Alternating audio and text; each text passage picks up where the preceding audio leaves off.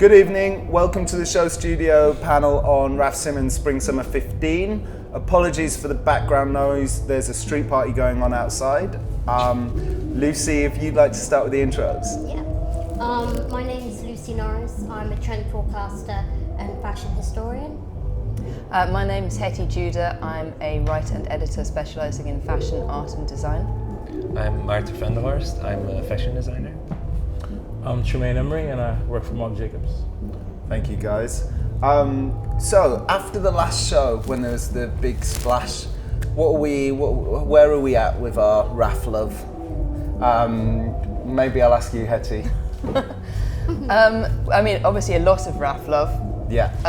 But it was like a real injection of vitality to the brand. And when I spoke to him afterwards, he talked about how he really actually loves collaborating with people, and he really relishes that kind of exchange of ideas, and doesn't necessarily, I don't think he's got that kind of egotistical, monomaniacal kind of attitude towards creating his own line. He likes having an exchange of views and exchange of different media.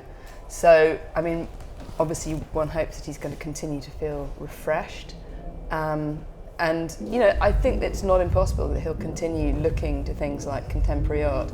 I think one thing that was quite notable in the collections before the one he did with Sterling Ruby was that people kept referring back to the things that have been like his identifying features early in his career. So, you know, his obsession with youth culture and with, you know, kind of Peter Savile's graphic art and this kind of thing. And I think he kind of felt the need to jump forward from that. So hopefully this is going to continue along the same track. Okay, yeah, that's interesting. He said it was the first collection that he referenced his old stuff.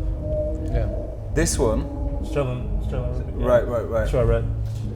Yeah. Sorry, say that again? I think so. First collection where he referenced his own stuff. And it also For the Oh yeah. yeah. and it also makes sense with his earlier stuff. Like I could see the same people wearing the Sterling Ruby collection as the ones that were wearing it 8 years ago, basically. Well, we were talking on a panel earlier last weekend, I think, about how crazy it's now got, the vintage stuff. So like 2004, 2005, it's like the prices are crazy. That's what made me want to do this panel, was because you know, I think Raf is dope, but just like some of my friends, you know, like my friend Virgil, he wrote an article on, I think it was Vogue, about his, like, he has like an 80-piece Raf archive collection. Wow. You know, and he said he's got stuff from 2003 till now, and you know, just even the article, the stories he tells. You know, even like this young guy, another friend of ours, Ian Connor, how like he was in South by Southwest, and the story goes he's in South by Southwest and he saw a kid with a piece from that 2003 collection, and like he told the kid to come outside and went to ATM and took the money out and said, I need this shirt.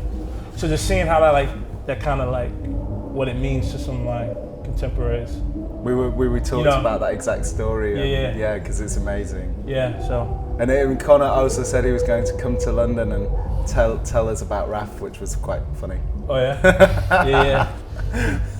But yeah, there's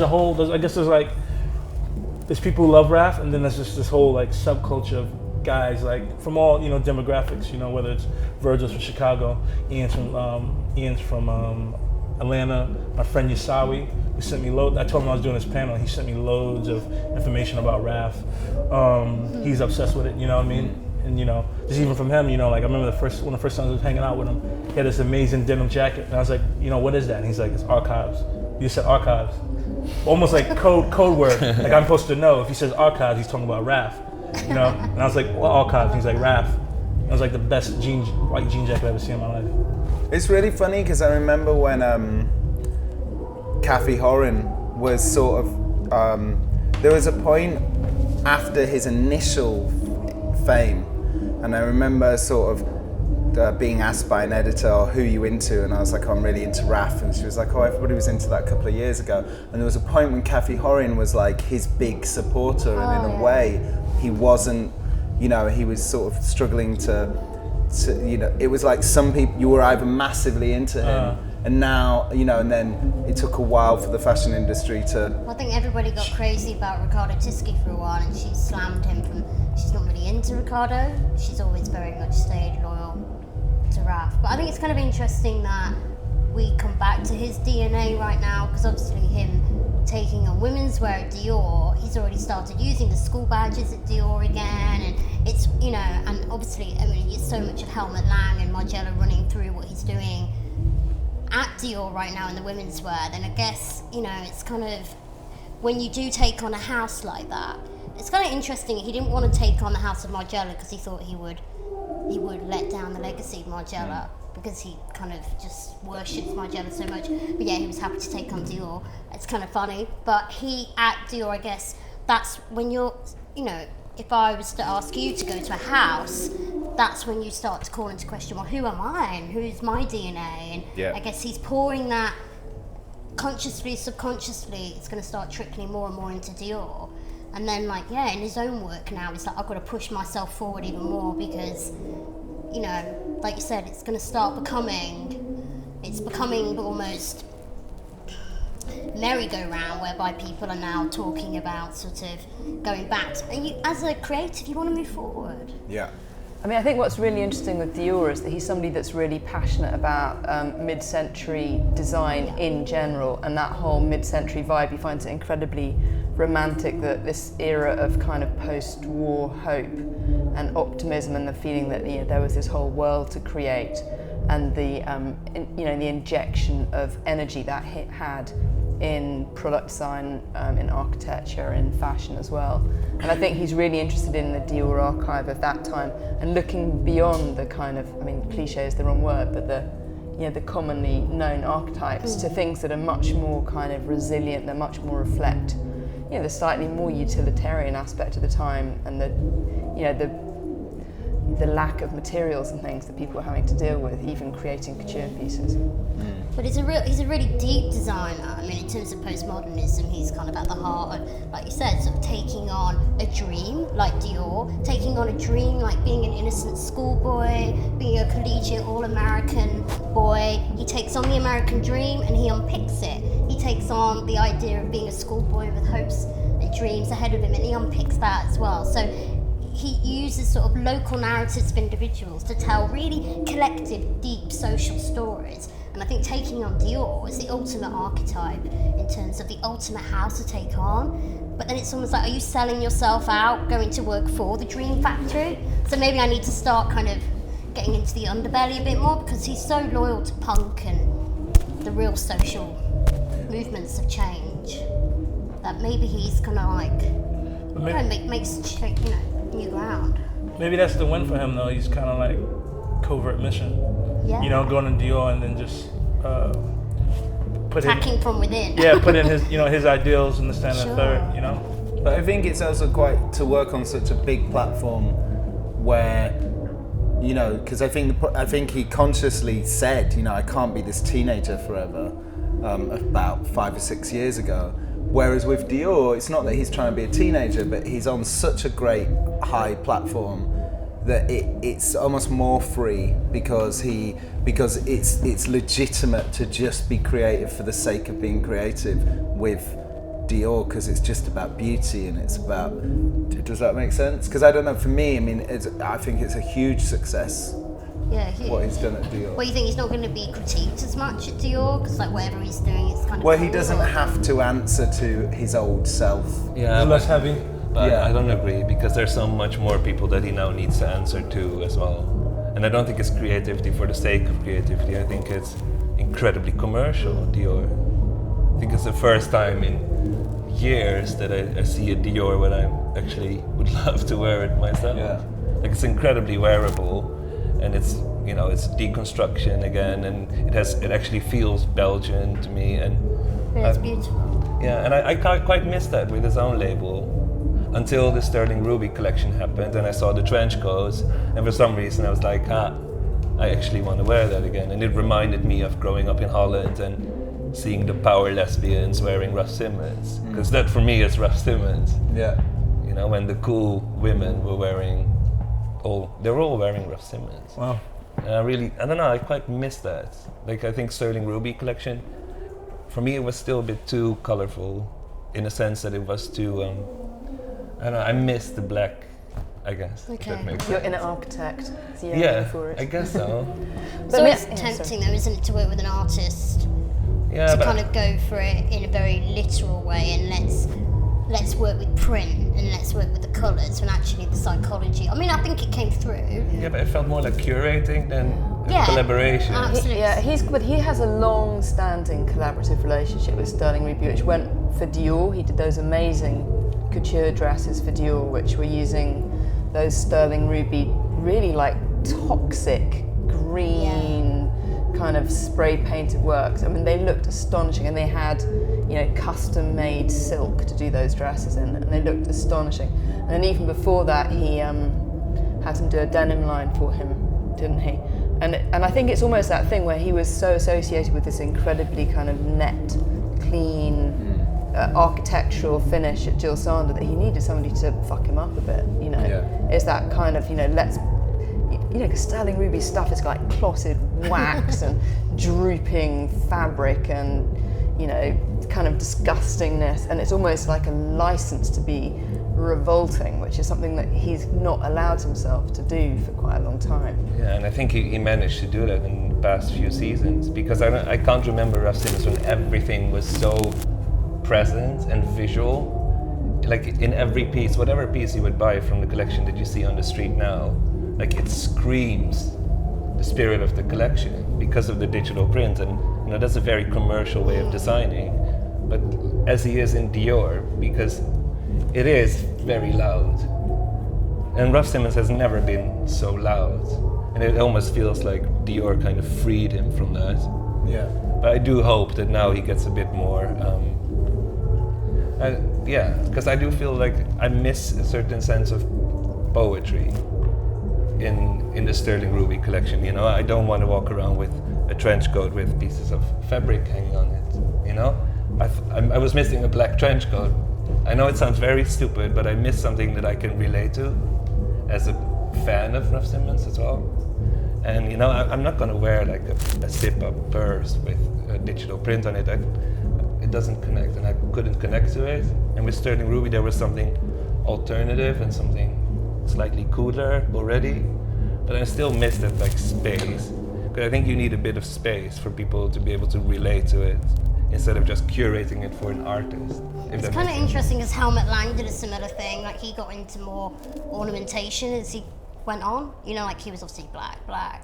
Then as he kind of went on, people were like, oh my God, he's doing sexy, and oh my God, he's got like, you know, horse, you know, ponytails coming off the back of shoes, and he's doing kind of really interesting Karen Rockfield's dyeing for his sort of evening wear, and he was doing lots to do with texture, and all of a sudden it became kind of, you know, he started, I guess, and he was really quite satisfied with that fulfillment of wanting to sort of break new ground. But I know what you mean. It's kind of, it feels maybe with somebody that's come quite far, that has got codes, that you can start putting badges and collages on sweatshirts and prints, and it's a shortcut to what it means to be Raf, and actually maybe it's more of a commercial access to his clothing. Yeah, absolutely. It's really interesting hearing you talking about Helmut Lang and Margiela, because obviously both of them were an enormous, you know, they were the people that inspired him to get started in fashion. Godfathers, And of course they both retired to become artists. Yeah.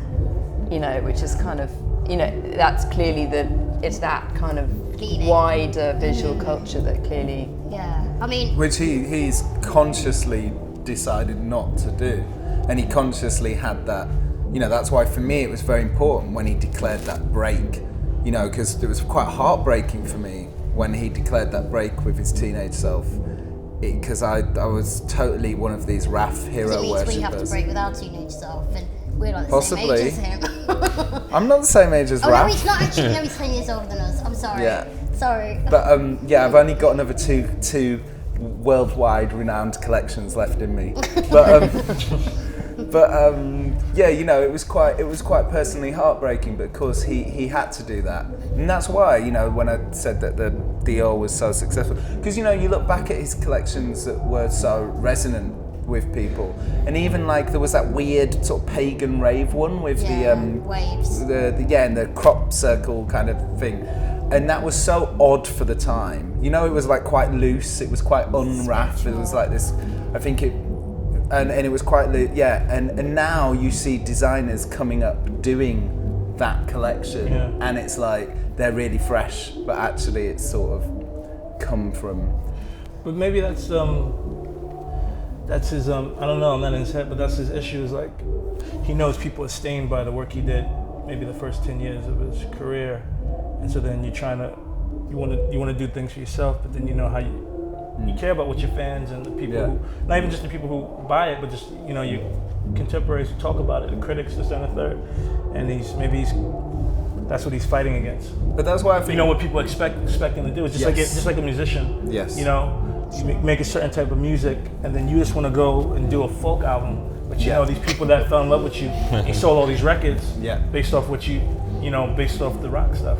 Yeah, but having said that, for instance, I saw Matthew Miller's show during London Fashion Week, and I always see his shows because, I mean, he's a good friend, but he did lots of tailoring with slogans, and it reminded me of Undercover, and it had this angsty feel, and when I saw it, I missed it. I was like, it would be such a great collection for Raf to have that kind of paranoid teenage angst, that feel again to his work, because and I also believe in this community that Raf created, and I feel like he kind of abandoned that the last few seasons.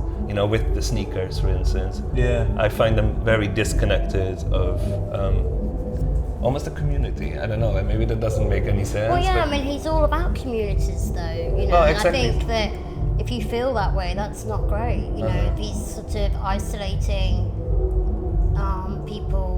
I mean, maybe it's at an emotional level. But I think that's why the Dior thing's good, because he could have retired and become an artist or some sort of other designer, and he could have done anything he wanted. And I think it's quite nice that he's gone, well, I can't be this angsty kid. I mean, I was intrigued by you saying about the optimism, because I always found the angstiness very optimistic.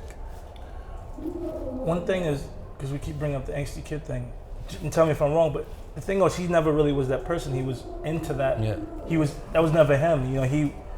He's who he is, and he's from where he's from. And then he might have had people that he was around, and his own, through his own research and stuff like that, was into different youth movements and the music and that third. But it wasn't really him ever. It was the kids in Antwerp. Yeah, They were all like hoping that he would choose them as a model. Like it was incredible. Yeah, so he's kind of like. He's projecting culture through his clothing. Because you're right, he isn't like, I mean, if you look at the people that he's rifted off, like Ian Curtis or David Bowie or Kraftwerk, I mean, so much of his work has been about music and scenes and other people's visions, really. Yeah. That also, I mean, I want to say that Raf's a kind of artist, but he's done a very good job at assimilating other people's visions and embedding it into his work. But I think he was a small town boy. I mean, he lived in Genk and he lived through the record shop. I mean, that was his life. So he was literally projecting himself to another world through these records, and also the records as a total object, not just the music, but the design and the whole world around them. The clothes were never, taken wholesale from another scene, though. They were always quite, I always felt they were quite original. The Kraftwerk collection was just the Kraftwerk collection was just... And then a lot of Bowie, and there's a lot... But nobody really wore the Kraftwerk collection apart from, before Raf did it, nobody had... That was never a fashion, it was a record cover. Do you know what I mean? It was like... Yeah. So I don't feel like he was... but we should look at the show. We're on Showtime. So we should look at the show. Let's see what he's done. Lucy, do you want to... Music in the background is perfect for this. Yeah, Rod Stewart. What's that? Do you think Rod Stewart would look good in Raf? Is there a Raf thong that he could wear? Just anything less tight, I think, would be a good move. A Raf tanga. Can you see? Just, yeah. It always makes me feel very short-sighted looking at Tremaine, what are your thoughts? What are your opening thoughts? I always like torturing people with that first question. It's all good.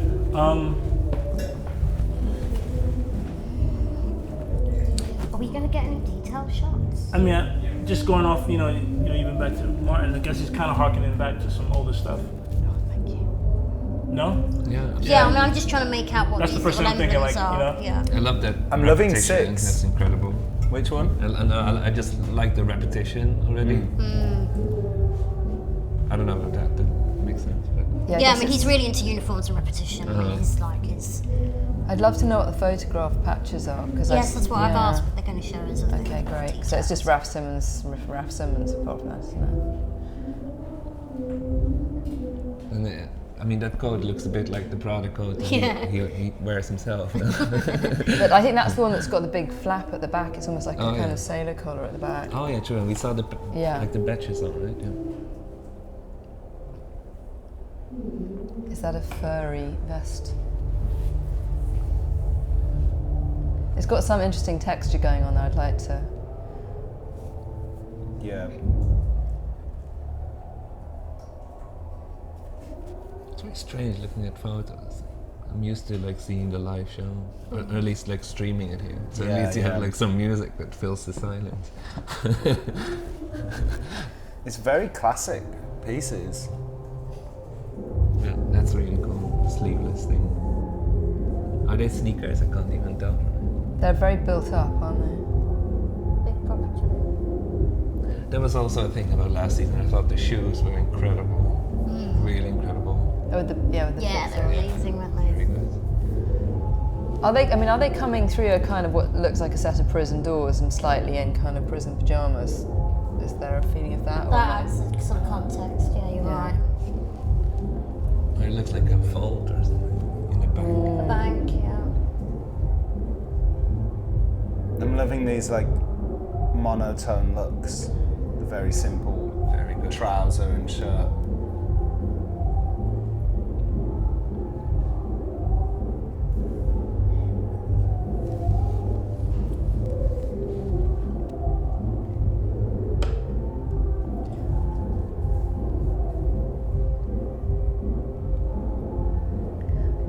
I mean, some great coats and just very, like you said, really classic when it comes to. He's going to make a lot of money off this collection in the sense that there's coats. Well, he's always been the Yeah, I mean, master of coats. Yeah. With these kind of 5-button things where it's almost like it creates the belt in the waistband. I mean, I remember sort of, 10, 11 years ago when, because coats, I think there was this moment when people were trying to sell men bags and shoes, like ladies, and coats are the bag and shoe for the man. It's like the one thing that I do have a hell of a lot of is coats, jackets. Really? I find them so expensive. But yeah, that's the thing. So like for a guy, The if you have loads of coats, so if people see you in the winter and you got a different coat every time they see you, then you're like, this guy's doing something. He's got money. Getting somewhere. But it's just the thing, because it's such a, it's your armor, it's your whole. It doesn't really matter what else you've got on if you've got. Well, I good mean, coat. I invest more in coats than anything, especially if you're working in an industry where you're popping in and out of places, and if you're doing appointments or anything, you've just got to have a nice coat. Doesn't really matter what. And you're he was If you sort live in of. London. He was a The bit, weather in London. and he felt like he sort of pioneered that collection of really good, always a collection of really good coats Yeah. and jackets. I mean, I guess Helmet also did some amazing jackets, but But a lot of those coats, but there's a real section at the beginning and in the middle of those white coats, like those kind of almost Margiela canvas. I mean, who's going to wear a white coat? No, I don't know. Would you buy a white coat? Do you know what I mean? I used to have a white see-through bomber actually that was pretty hot. I wish I kept it because it's very. Doesn't sound wildly practical. What happened to it? It got edited. Is that like a continuation of what J.W. Anderson is doing this season with the landscape? Probably the other way around. It's basically Those- the same stories. These Yeah. look quite Japanese. Yeah, though, very don't they? Japanese. They're And like those- a kind of pop And those cycle. palms that just went by Wow, there, look at that's it's incredible. But I was wondering whether he collaborated with a graphic designer because there was some interesting graphics peeping out from underneath some of the Yeah, things there was some earlier. lovely. Those palms, they reminded me of that palm tree sort of graphic. The black thing palm? He did the black palms. You did the Coca-Cola can? Yeah, with the Coca-Cola Yeah. can. I mean, this is quite that embroidered coat, that's something that would be almost like a staple in a Dries van Noten women's collection type Yeah. effect, isn't it? But Yeah, it's very totally. unusual in menswear to have something like that along the bottom of a coat, though. Because I thought that earlier on when we, you know, those sort of cotton monochrome pieces that were coming down with the patches, they have got that kind of like Asian sort of revolutionary kind of vibe going on, maybe. Like kind of Chinese. Oh, he's Like wearing what? shorts! Yeah, it's funny to see him in shorts. See how fashionable knees have become all of a sudden. Or black socks in trainers under shorts.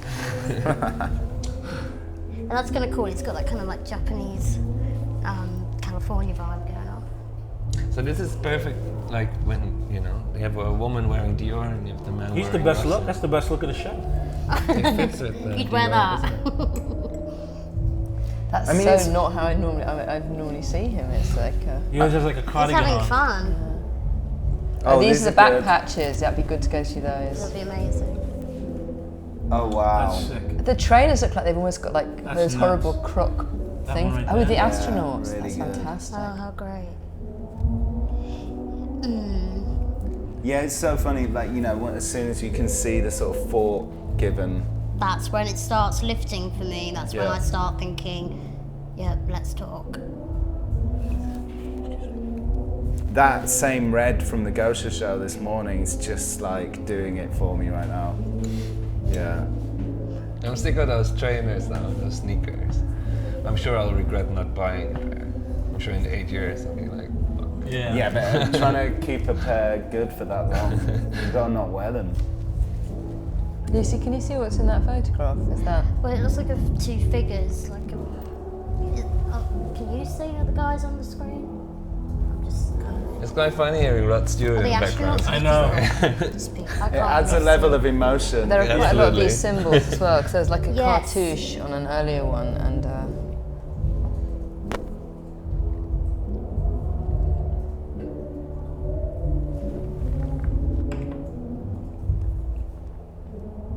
So that definitely has got that kind of the idea of mugshot or something. mugshot prison sort of identity. I guess it's got a little bit of feel of those kind of Islamic, you know, I've forgotten the name, where you get the incredibly long shirt and trousers, you know, sort of Indian Yeah. kind of thing, which is nice, very calm, very, very calm.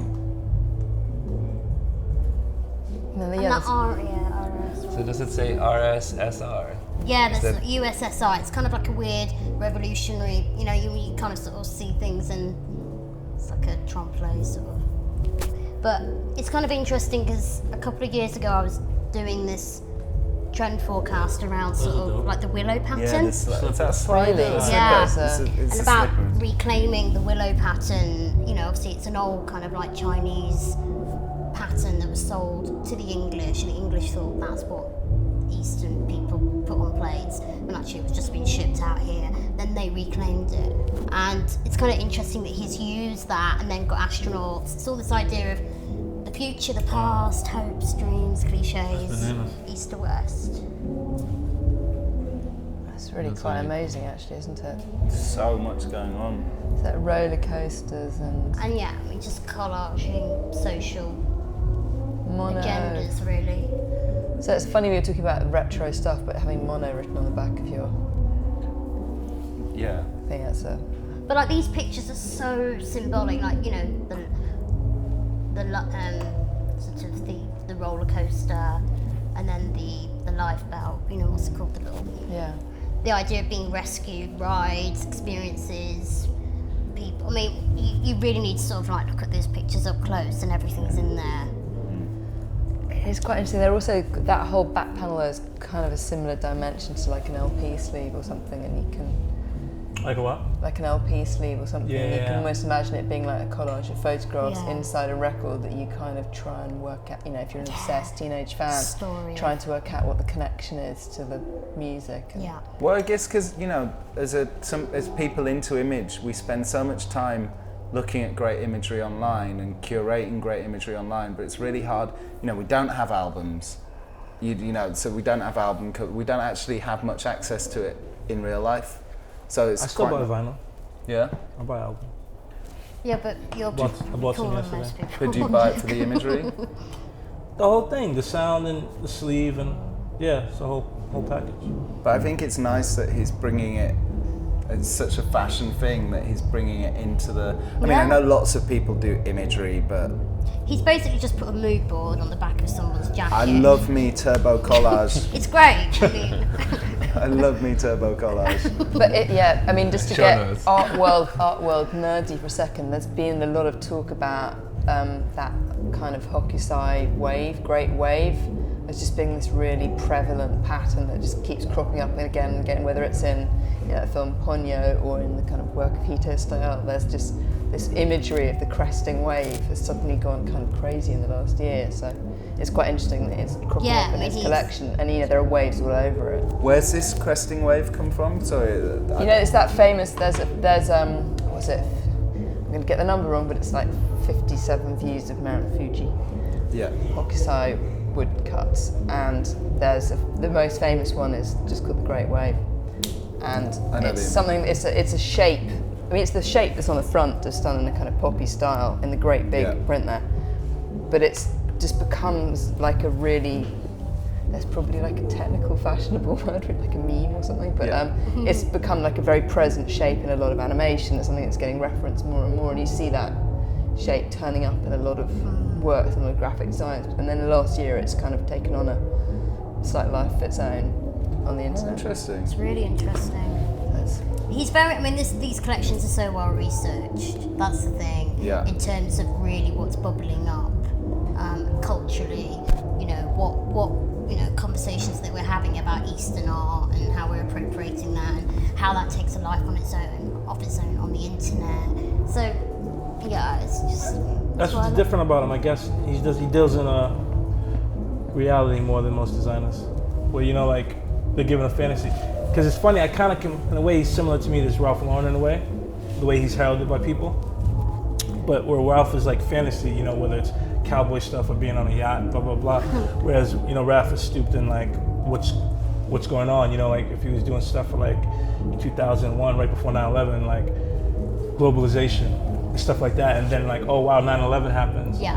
And people thought, wow, did he kind of predict something crazy like that was going to happen, because the imagery was so dark from those collections and so kind of apocalyptic and like, But whereas he's just socially, in terms of anthropology, this is why I get off on him so much. Like Lucia to a certain extent as well. They're just socially connected to visual culture and what visual culture talks of in terms of global conversations, local conversations. Yeah, And totally. he just embeds that straight into his design.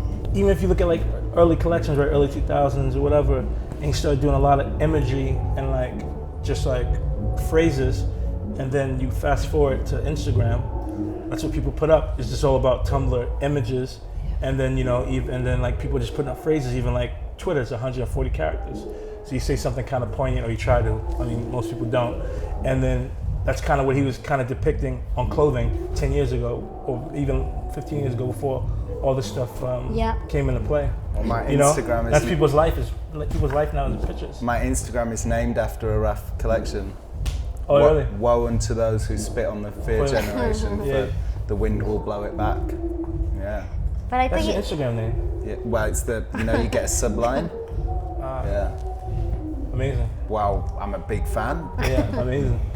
I mean, it's kind of interesting that like this all really goes back to, I don't want to go all historical again, but it all goes back to punk and Dadaism and cutting things up and making sense out of things, and we're doing that now on the internet, just in a different kind of form really. And he's straddling that. Even at Dior, on a women's wear collection, he had like sort of down the rabbit hole, but all it looked like tweets and or hashtags, but again, he's almost making sense of the insanity of all the sharing and what the hell does it mean. But with him, it does mean stuff.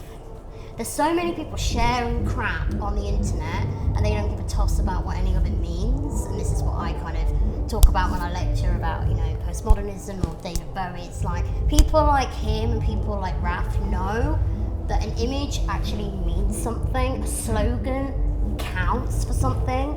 It counts, For sure. it counts. And he's really sort of carried that forth, that kind of spirit of a slogan or a picture meaning something. Let's not share 20 images a day and not give a toss about any of them. Let's share one a week and maybe think that stands Well, for it's that old cliche, isn't it, of fashion being a form of communication. I mean, that's having an agenda. I just want more but I people feel, to believe in but I stuff. feel with Dior he has an agenda. I feel with this he kind of lost that a bit. Do you? Like- I think you're right. You know, I don't see an agenda. I don't see a comment. But do you think that has something to say not about his skill as a designer, but about what's going on in society? Sure. If his thing was the youth, maybe that says something about the youth. The fact that he's not projecting the stuff anymore. Maybe there's something missing in the youth that was there. You know, which I think is true. The lack of subculture. You know, you guys had Matt Williams on here 3 months ago. He said subculture doesn't exist because of the internet. So maybe he can't. There's not that kid for him that he used to find anymore. You know, even we had the Craig Green luncheon thing, and designer was talking to Matt and Nick. He said, "I can't find any cool kids in New York." Like this was like, you know, he's sitting like, I'm stumped. I can't find any kids to draw inspiration from in New York because now kids don't develop their own thing. Who is saying this? What's his name? Former Hettie. Okay. Yeah, he said that. You know, he said, "I can't find any cool kids in New York." But it's like when they closed the face and they said, the underground's dead. This magazine can't survive anymore. You can't wait a month to wait for cool stuff to come out because people are killing it. Yeah. I mean, albums are winning Brits when they've only been out a couple of months. I don't think And maybe that's why he had to go to Sterling Ruby or something. You know, maybe he's like, I got to go in a different direction. Sure, I don't think blame it's that him. people. I think the underground does exist. The problem is that it's all knowing and ironic. So like so there was like, the like kids doing cornrows. There's never. It's not. But I do think there are.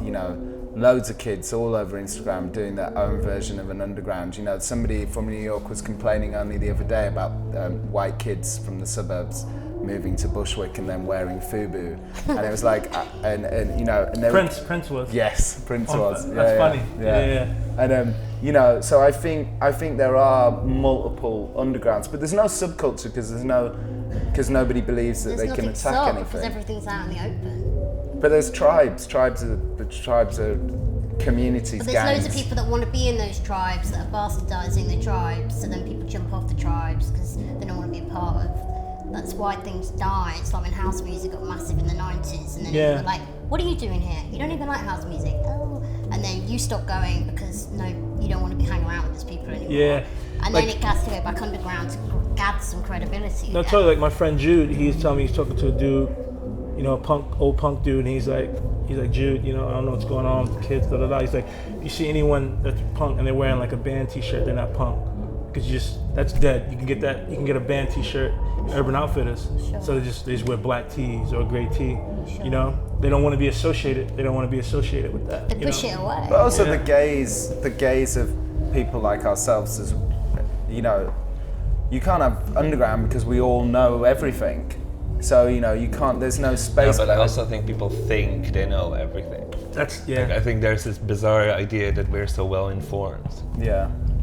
The internet has given that arrogance. But I think there are kids trying to make new aesthetics all over the place, and they're exciting and they're interesting. Yeah, but it's also being young. I mean, that's the only advantage people have that are young, is that they're young.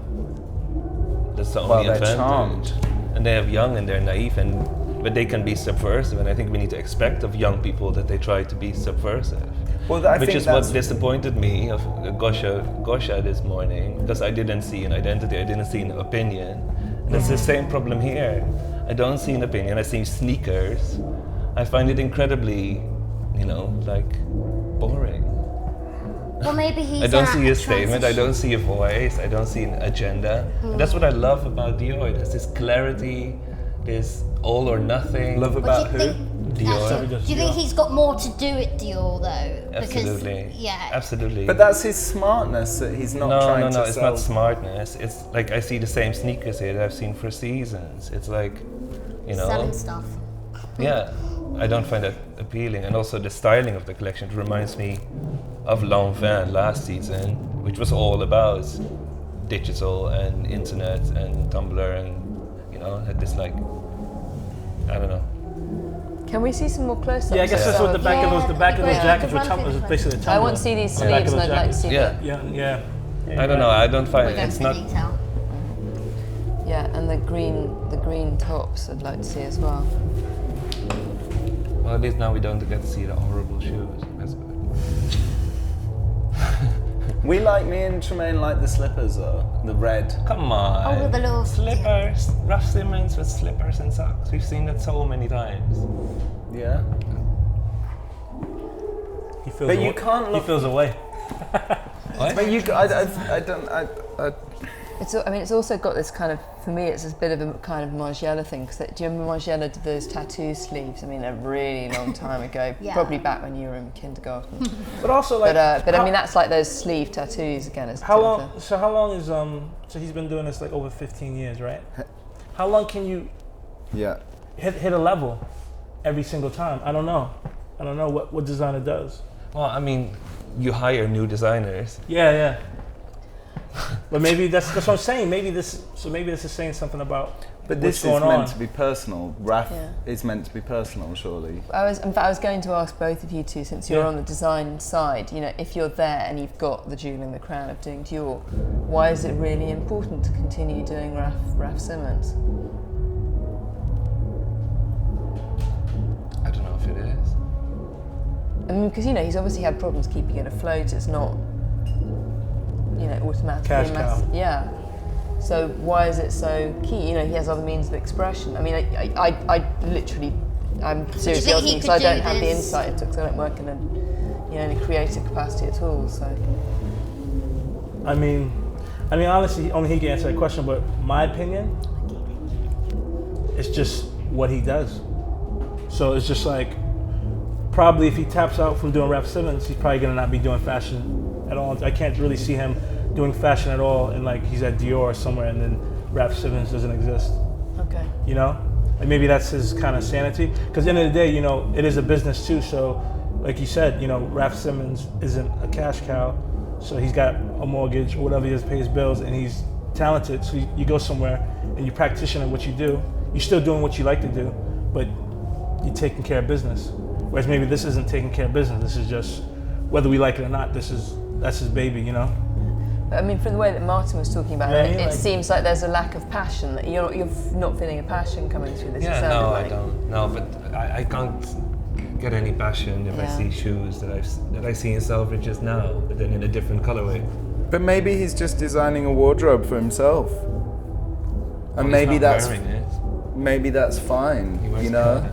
I mean, his big project is Dior. So you know, just like when he did Jill Sander, his big project was Jill Sander, and this is a project for, you know, this is a project for himself. This is for the boys that he likes. I think, yeah, I agree with Tremaine that maybe he just, why would you let that go if that's You part have of to who you have are? it because it's, well, I mean, if you use it properly, that remains your pure vision. Because Dior will still give you restraints. I mean, you're still playing around within a framework, which is the world of Dior. And here, you just get to, that's why everybody would want to keep their own label, I guess, if they could. Yeah, but also having your own label doesn't mean being completely self-indulgent. Like, you know, it has nothing Who to do. says? No, because I mean, the way you talk about it is like creativity for the sake of creativity, or just doing whatever you want. Like, obviously, that's never the case. It's No, never he would self-indulgent. want it to be, I guess, successful still, but more But I pure think it's vision, selling maybe, quite but- well, no? Huh? I seem to see more Raf around than I did 10 years Well, ago. it's louder now than it was 10 years ago. Like, you recognize it faster. Okay. Do you think That's what I that? Do think. you think that fashion's got louder though generally? Yeah, absolutely. I mean, blame Givenchy for that. But, you know, Why they not? still sell the same Sorry? shitty t-shirts. I mean, the digital prints that... Yeah, sure. Yeah, the whole. You know, I mean, Yeah, these are expensive collections to produce. And when he, you know, I was talking to him about, you know, obviously technical stuff to do with textiles, but he's not ordering enormous amounts of fabrics. I'm assuming they're not making actually a very large number of these pieces. You know, you may be recognizing them, but you know, if it's I think they make 5 of those sterling ruby jackets. Like like But I mean, they were Yeah. £25,000 or That's it? each. Yeah. 25 grand. But he said that without the fabric sponsorship, it would have Pounds been and dollars. impossible to have done that collection. Euros, all right. Sorry? It would have been without the fabric connection, Yeah. you know, without having the fabric that he could draw on, it would have been impossible. It still would have been completely financially unsustainable to do that collection. But Sterling Ruby, I mean, that collaboration really touched a lot of people, and a lot of people went quite crazy for it. You know. But I'm curious to see how that reflects in sales. Like, I'm curious if people are actually going to wear it. But then if you're asking for passion, you know, the video, you know, the collection where everybody was pretended to be in a video game or whatever it was, how many people, that was just about touching people. Maybe Sterling Ruby was just about touching people. Yeah, true. I mean, maybe it's like a kind of boys' club thing. He's got a really strong team of people around him, whether it's, you know, Olivier Rizom, Willy van der Pad that do the kind of styling and the photography for his collections, or, you know, it's even the same, you know, you've got Yannick Abrath that he uses for each of his collections. You know, he's got this kind of team. It may just be to do with the fact that he's enjoying and he's nourished by spending time with, you know, these people that he obviously works very well together, and he kind of needs to be back with the home team. Maybe part of it, I don't know. Yeah, I have no doubt he has a very strong team, absolutely. I mean, it is also, I guess, possible that you can become so dislocated by, you know, because he's so consciously said, you know, when he so consciously said, I'm leaving the teenager behind, and so consciously put a bloody serpent on the clothes in that collection, which to me said, you know, serpent's very obvious imagery. So I'm just going to jump sides now and attack from the other side. So maybe he's dislocated by this success, and you know, because he was always fighting from the underdog, and maybe now he just, you know, it's cognitive dissonance. When the l'enfant terrible comes to the establishment. Yeah. Absolutely. Well, that could be an explanation for the slipper. For the slipper. Look at that. I mean, you know. Does that really upset you? Oh, very much, yes. What do you guys think to that? Slippers do in general. But there's a lot of people that maybe aren't, a bit like you were saying earlier on, you kind of get the wannabe hipsters or the wannabe Raf Simons people that will probably go, oh my god, I've got to have that. So it's kind of like broadening out possibly to picking up those people now that you know, maybe not core people that buy the stuff. Also, maybe these are perfect clothes for living in a brutalist apartment in Paris with a sort of, I don't know, a really nice sofa in it. Maybe this is just a uniform for his lifestyle that he lives now. I was actually thinking I can totally see you in one of these little pajama numbers. Little mouth kind I of. love the think you'd pajama look amazing, numbers. I you know, love the so pajama numbers. It's not just Yeah. for your Well, maybe he just, you know, briefest architecture times. I imagine that my flat is rather brutalist. It has a sprinkler system hanging off the roof. I do pull-ups on it sometimes. Feels brutalist to me. The damp adds a kind of, you know, collage effect. Sterling Ruby. Camo. Splatter. The landlord wanted to replace the metal windows with UPVC, and I told him I'd move out. Good man. Just coming totally from left field, obviously Craig Green, who was a big thing, you know, a couple of weeks ago, and Raf Simons both started off with Walter van Beirendonck. Yes. And it's quite interesting seeing his kind of knock-on influence on two different generations. I didn't see that Craig Green collection, but can you draw a thread between them at all, or why that? Well, I mean, with the first half of Raf's career, you could see a massive connection. But then Walter has done collections of suits. You know, he's done collections of quite bourgeois clothes. Not everything is because I mean, you know, it's like, of course I'm sympathetic to the idea that he should be this underground warrior forever, but at the same time, if your experience is bourgeois and you're designing for Dior and you're creating these amazing, beautiful things for Dior, and you live in a world of beauty and art and craft, this is real for him. it's gonna filter through. Yeah. This And if- is his reality. And if he's always designing from the vantage point of like, for this teenager and this, the youth, and if he said, he said, oh, this, I can't design for that teenager. Well, maybe it's just he feels how this is what they grew up into. The kid that got a good gig, but still has some of that edge to him, and this is how he's dressing. I don't know. What I like about Raf Simons is that there's a certain generosity, which I guess Walter has as well. And that's the only link I can get in my head between, like for instance, Craig. That's also why I love supporting Craig, because it's very generous and he's very warm. And that's why I always had trouble with J.W. Anderson, for instance, because his collections just kept me, like, I really want to love your stuff because I think you're incredibly creative and subversive. But there's something lacking here, like a certain spirit in the show. I don't know what it is, but with Craig, like you're at the show and you love it and you want to support him because there's a certain generosity coming from the collection itself. And I think Walter has that very, very much as well with his collections. Like when you see a show, you're such a fan, and also when you meet him as a person, like after 1 minute, it's like, I love you. Yeah. He smells very nice, actually. And it's the same with Greg. Like Greg is incredible. It's also nice to support nice people. I mean, Raf had incredible weight on his shoulders, and I think he's done well. So many people have faltered with that weight. Helmut Lang, I presume, couldn't deal with it anymore. Because you don't know when you start off doing something, you don't know where it's gonna go. So the name of your Instagram, he might have been scared shitless. Like, is anyone gonna get this? Is it gonna go over people's heads? Am I getting too deep? This is just fashion, whatever. Yeah. And then the flip happens, and it means the world to loads of people. That's weight. Maybe not. I don't know. Maybe it's nothing to him, but I feel like that can just be heavy. Yeah. Because obviously, the way we're talking about, whether we're talking about I'm talking about Ian is like 21 years old, and he's like taking money out of an ATM to buy something off someone's back. No one's doing that for any other designer. And no one's doing that for Dolce & Gabbana or any of that other stuff. He means something. It's on a different level with Raf. Certainly not. No, I'm just saying anyone. It's on a different level. And No, it he's is. aware of that, and that's a lot of weight. Every season after season to kind of like give people that feeling again, that freshness. So we've got a really good celebrity question Oh, really? from, I'm very excited by this, from Bobby Gillespie of Primal Scream. Wow. Dope. Yeah, what a lot of mushrooms I've taken to your music.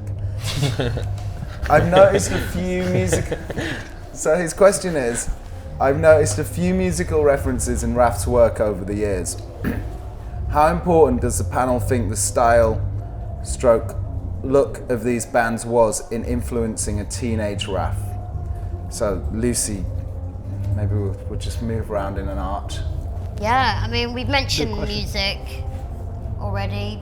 It's hard not to talk about music when we talk about Raf.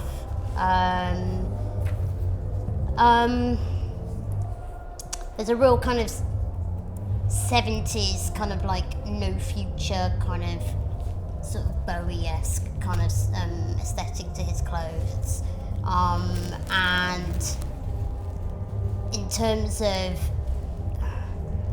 the philosophy of musicians such as Joy Division or Bowie, and that idea of I find Raf's designs and his philosophy, there's quite a melancholy to his work, and that kind of sort of lost hope for the future. I know it's interesting because you're saying about the optimism, but I think that it's not just literal music references. I think that he engages psychologically with what these people were talking about as well with their music as well. For sure. Hettie? Yeah, I think almost those records became a conduit to thinking about things like the Situationists and kind of deeper cultural things that were going on, and it wasn't so much the look of musicians, but what they were saying and the graphic design and the notion of the hacienda as an open meeting, which philosophically the idea of the hacienda was the idea of an open meeting point where people could exchange ideas, and I think that kind of thing touched him very profoundly. I think his interest in fashion came when he was working for Walter doing set design and, saw, as you've been talking about Margiela and Lang a lot, saw what they were doing and realised that there was this enormous energy. And also in Belgium, there was such energy around fashion at that time. It was, if you were Belgian and you were going to express yourself and have a voice on an international platform, kind of fashion was where it was at that point. You weren't going to be a big Belgian band. It wasn't really. Well, you did have New Beat. Oh, you had Daryoush. I think Daryoush was a bit after him, wasn't it? Oh, I don't think so. Front 242. It was. I mean, I think fashion was kind of where the dynamic stuff was kind of going on at that point. So No, you're right. So I think it was maybe less the look of the bands, maybe more the bands as a teenage route to ideas and philosophy and art. I really liked Dior. It was one of the very first women's wear collections, and they had Laurie Anderson's Superman, and they had lines within the spoken word about her cat being overweight and this woman taking her cat to the vets, and then meanwhile there were these women coming down and they were just so thin, and they were talking about me, so my cat's really overweight and what am I going to do, put him on a diet, and meanwhile these girls were coming down like sticks. And I just think the engagement, Laurie Anderson, he's a huge fan of Laurie as well, but that kind of talking about the West Village and Andy Warhol kind of collected art and show, it's all this, he uses music in a really, really clever way to get him into communities that he wants to be associated with. It's almost, because for me it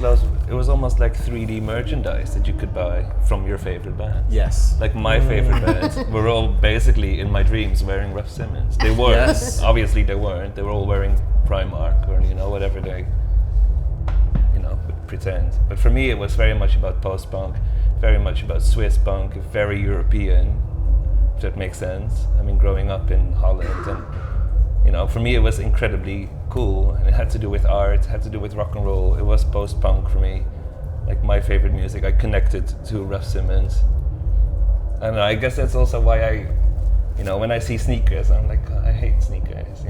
Please don't put sneakers. So anyway, it's still ingrained. Like I still want to dress like my. Okay, you've got your my heroes basically. Yeah.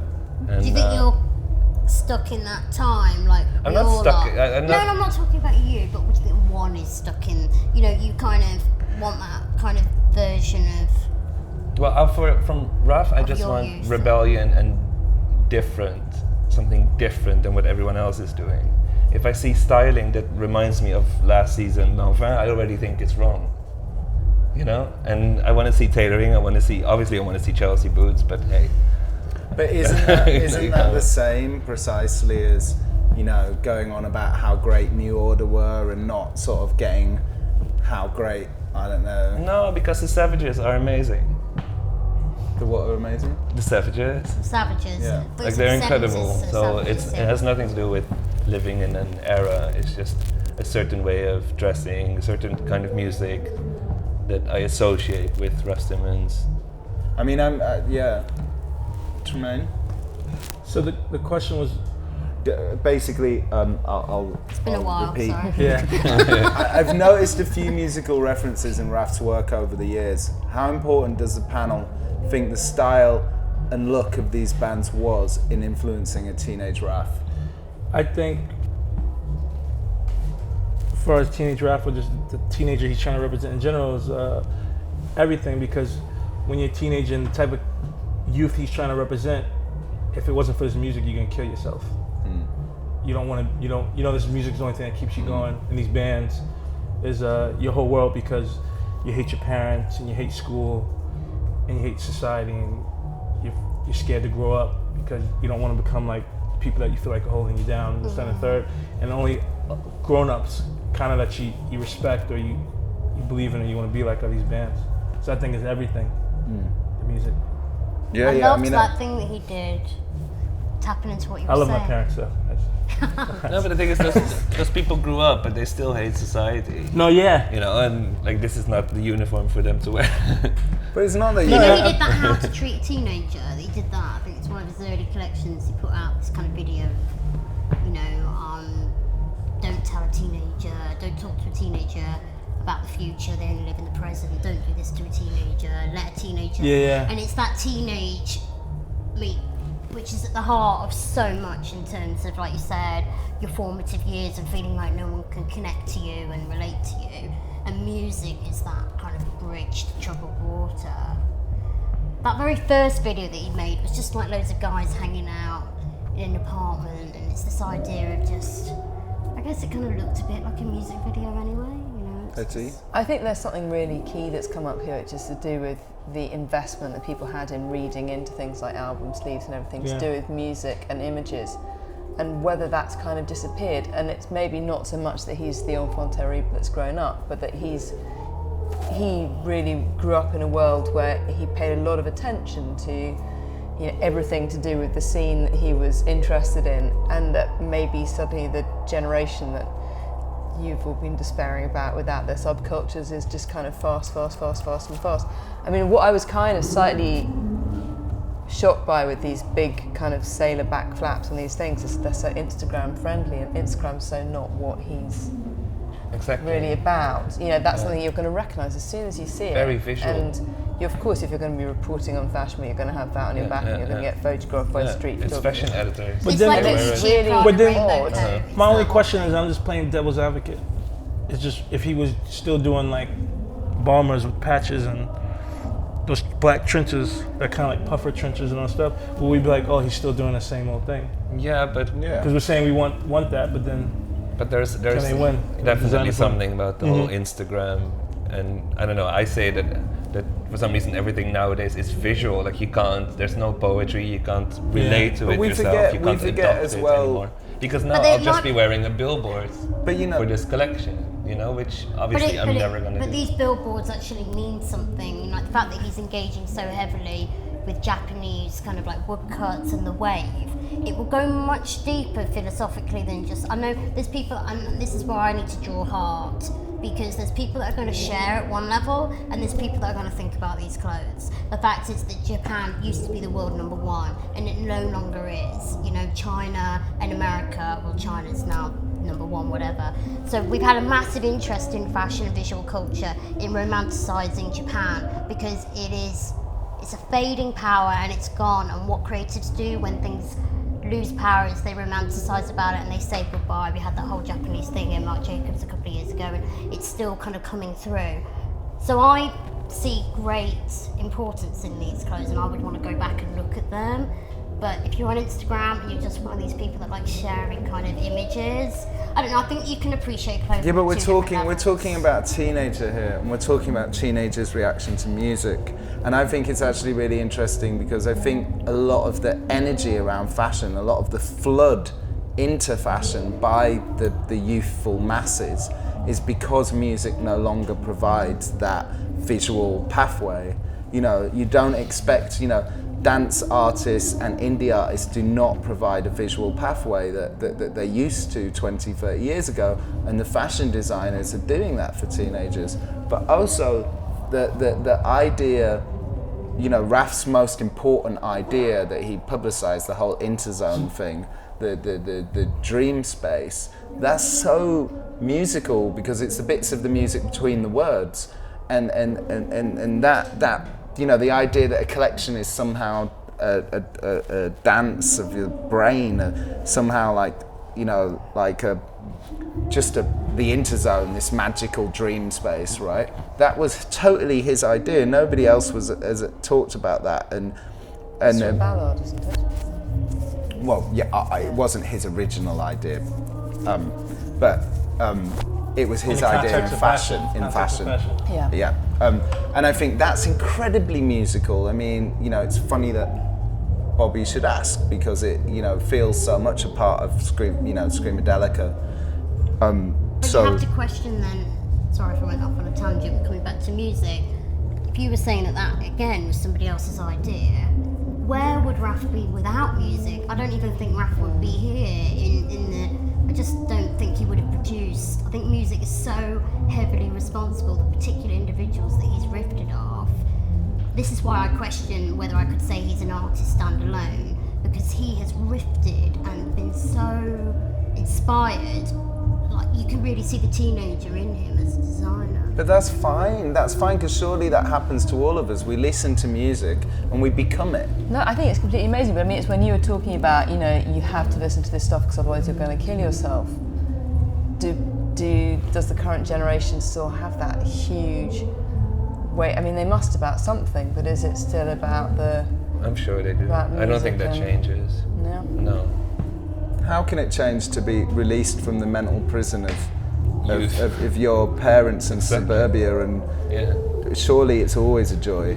And if it was parents, like when you're 32, it's something else. I mean, it doesn't change in a way. I mean, for me, the role that music has not changed at all since I was, 9? Do you ever stop being a teenager? It's kind of an interesting question. Yeah. Like, why is it that because you grow up that you have to stop thinking like a teenager? Because when you have teenagers, they're bloody annoying. Yeah, I speak from experience. But it's just kind of why, coming back to what you were saying earlier on about sort of trying to find young, cool people. The majority of young people that I meet talk about the fact that they're young. Oh, I'm younger than you. And I'm like, okay, so when you're older, what are you going to talk about then? Yeah, but let them have it. Yeah, no, it's cool, but like, why is it that like you can't keep questioning things and... Well, you can, it's just that you might, if you keep taking drugs, you drop dead and you've got I was taxes. going to say, you end up being Pete Doherty, really, don't you? Yeah, and you've got taxes. Yeah, taxes, I mean, that's just... And rent. But I mean, like we were saying, that maybe, do we want him to go back to kind of, maybe it looks very formal, this collection. It's very saleable, like we said, the formal coats. The woodcut prints are very mature, shall we say? I don't know whether young people, maybe they will style it in a really cool kind of Sean Samson kind of cool kind of LA way, I don't know. But that's the thing, like, I was talking to a friend about, just growing up and how things happen too fast now. Or maybe I'm not, that's just the way things happen fast. Like, I wasn't wearing cowboy boots when I was 18, I wear them now. I went through that progression. Where now you're like, this is too grown up for kids, but you see 18-year-old who's like, whatever, because they saw it on a Tumblr or because, they're fast forwarding through style instead of letting it develop. So I don't know if this can't work. That's the thing with kids now. If said celebrity or said whatever says that this is what you should be wearing or they wear it, then they're gonna go for it. But surely there's kids somewhere who like literally think Craig Green is a god. And that's the point. But how'd they find out about Craig Green? That's my thing. Like, I just know for me, like, certain things had to trickle down through literally word of mouth or walking down Fifth Ave or walking in the West Village, like, oh, look at this store, and you walk into 22nd and 3rd, where now it's just on Instagram. Yeah, but I'm not saying that's a bad thing, I'm just saying, like, it's different. Well, it's And different. so it's just a different experience. And that's the experience he has to kind of design to. Do you think those young... Maybe, I don't know. Do you think those like collectors that you were talking about that literally are like ripping shirts off people's backs would want to wear something as literal as a billboard and Raf on their back, which is effectively what those mood boards are? It's kind of like that shape's almost like a placard. Well, I mean, everybody's... Little sandwich ev- board, ev- Yeah. After Givenchy, everybody now does the logo. Yeah, I mean, Yeah, that's, no. Logo. That was and nuts. that's what they're what this is designed for. Because it sells, because it enables you to It's walk like down wearing the an street. advert on your back. Yeah. It's like we're paying. It's like getting free advertising in the street. I mean, every t-shirt is that anyway. But this kind of shape. But it immediately cool. gets you into the street style photographs, and it's Yeah. immediately communicating something about you, which is why people want to do it. And when people style it, mix it up in their way, like It's still I'm sure when we recognisable. see it in Dazed with the little kind of like woodcut like long sleeve tees with something else, it's gonna look really. But if you go to a nightclub where people are wearing FUBU, the Brian Boy wannabe who rocks up in this is vulgar, So, like in that print, because there's still things that you would love to wear from this, like the coloured, all-in-one coloured pajama kind of suits. But if you're going to do that big print thing, that Brian Boy, because we do exist in a fashion world where that is not vulgar, but it's vulgar if you're going to some dirty shack party somewhere, you know. And that's the thing, like with something like Raf, he is a brand that's a great kind of sort of, like we said, it's just a sign of the times that we live in. Brands are being taken by some people and worn in a discerning, respectful, Raf way, and then some people are just skimming off it and making it look vulgar, and that's the times that we live in. We've got people that are cool, we've got people that aren't cool, and there's a lot of people that aren't cool that are around wearing fashion. Well, yeah, because it's so. It's about to sound quite militant there. Ban them. What are they doing? So, No, that but sounded- you know, it's the state, it's the Perfect thing, though, clothing. isn't it? You gotta Yeah. live with, you know, it's about Brian Boy and people like that are gonna just cover themselves in it. Cover themselves in fashion. Is any other closing comment from Lucy? No. Oh, very perfect.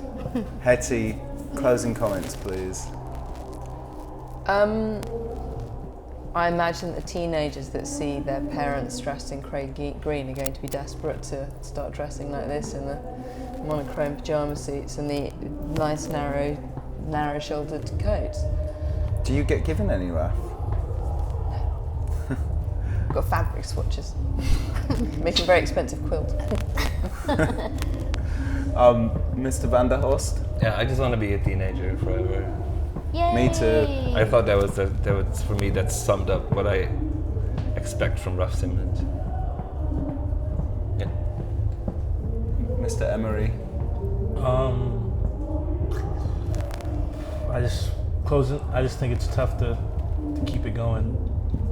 You know, it's a long. You know, he's been in the game a long time, and I just think he has to keep doing what he has to do. But the things he inspired people with, it might be time for him to come through someone else. I don't know who that is. Yeah. I don't know if that's possible with what's going on in culture right now. But he's still, a talented guy, man. Well, I still want quite a lot of it. Yeah, I wouldn't mind wearing some of it.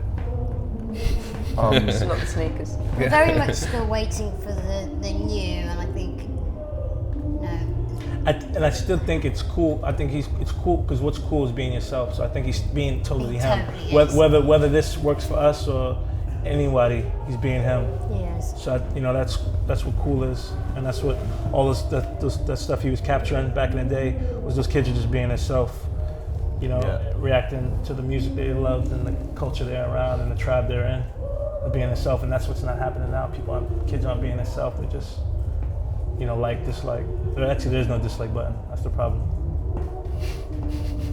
No dislike button.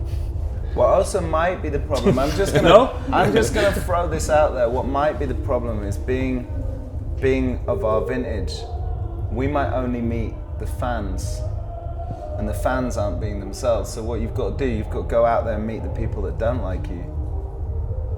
Yeah, that's the mirror. That's That's the mirror. Someone who doesn't like you, not someone who likes you. That's easy. That's the easy work. Yeah. Yeah, so keep them tweets coming. You got to fan back. You got to be a fan of them. I remember watching this David Bowie interview, and he was like, "I'm a fan of things," and I just thought that was amazing. He was just like, "I'm a fan of people. I'm a fan of bands. I'm a fan of things," and I just thought that's why I'm over effusive about everything. I just thought I'm not ashamed. I'm just going to be a fan of everything, of good things. Any other final words? That's it. Thank you, Mr. Raf Simons. Thank you, panel. Thank you.